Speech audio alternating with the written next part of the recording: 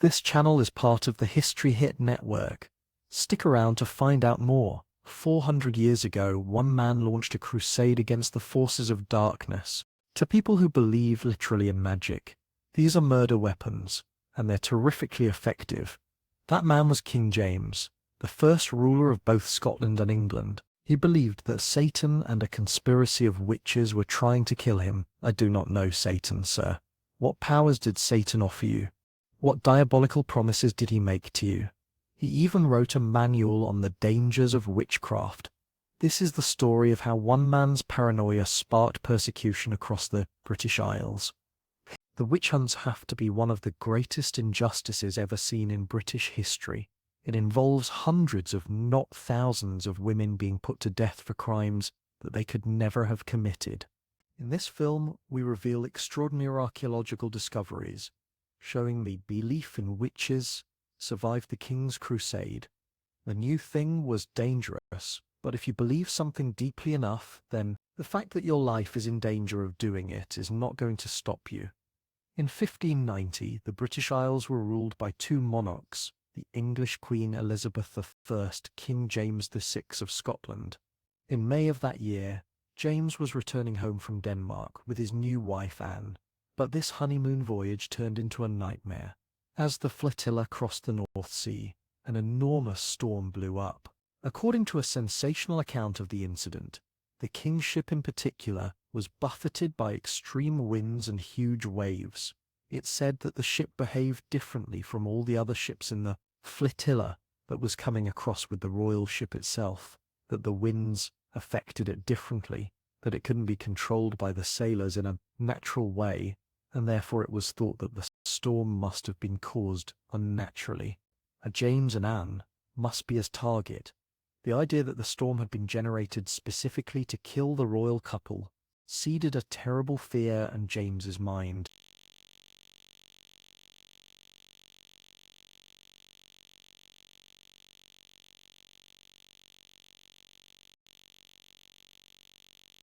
James grew up in a pretty terrible context for young monarch. He succeeded a mother who gets a head hacked off an English jail. His dad's already dead, strangled off an attempt to blow him up. There are 4 guys in charge of Scotland while James is growing up, and all of them are either murdered or executed or driven into exile. Our James becomes a man before he leaves Scotland. There are apparently 2 attempt to kidnap or assassinate him, one of which is foiled only by him pinning the assassin's head under an arm and screaming for help. No wonder he's edgy. As James brooded on the storm that had almost killed him, he became convinced that this was another assassination attempt, but this time it had been orchestrated by sorcerers and witches. His fear of the threat posed by witchcraft had grown during his stay in the Danish royal court. Denmark is one of the intellectual centres of witch hunting in the age, so it's probable that he's been discussing witches and demons with some of the most interesting minds in Europe, and come back to Scotland interested in putting this into practice. There's no doubt that he's simply reflecting a Europe-wide trend. This is the very period in which witch trials are starting to boom all over the continent. Witches were believed to be allies of Satan and his demons. In the late 16th century, fear of Satan's power was at its height, because of hatred between rival factions in the church. I'd altogether agree that the period of most witch trials is that on which Protestant and Catholic are most at each other's throats, where the traditional Western Christian church has been torn in half between war and creeds, who truly believe that the other's inspired by the devil. History Hit is like Netflix, just for history. We've exclusive history documentaries covering some of the most famous people and events in history just for you. From uncovering ancient Neolithic cultures to the dawn of the space race, History Hit has hundreds of exclusive documentaries with unrivaled access to the world's best historians. We're committed to bringing history fans award-winning documentaries and podcasts that you cannot find anywhere else. Sign up now for a 14-day free trial, and Timeline fans get 50% off their first 3 months. Just be sure to use the code TIMELINE at checkout. The urge to eradicate vows of hatred throughout Western Europe In France and Germany, tens of thousands were sentenced to a terrible death. There's one description that talks about a forest of stakes, where basically people have just been burned in vast numbers, and there's a sense that the whole thing's got out of control. A real panic sweeps certain parts of Europe. If you want a quintessence of horror, go to a small North German town called Kiddelnberg in 1589, where 33 women were burned alive in one day. So to horrifyingly painful ways to die, you're lucky if it's quick.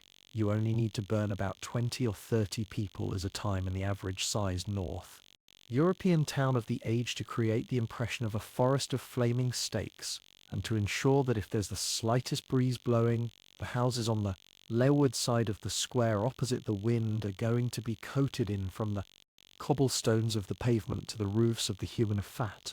In 1519, the full horrors of mass witch purges had not reached the British Isles.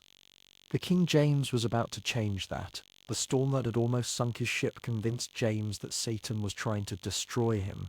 The king now unleashed a war on satanic terror that would bring persecution and death to hundreds of his subjects. His fear extended to the widespread popular belief in magic. This now became a thought crime punishable by death.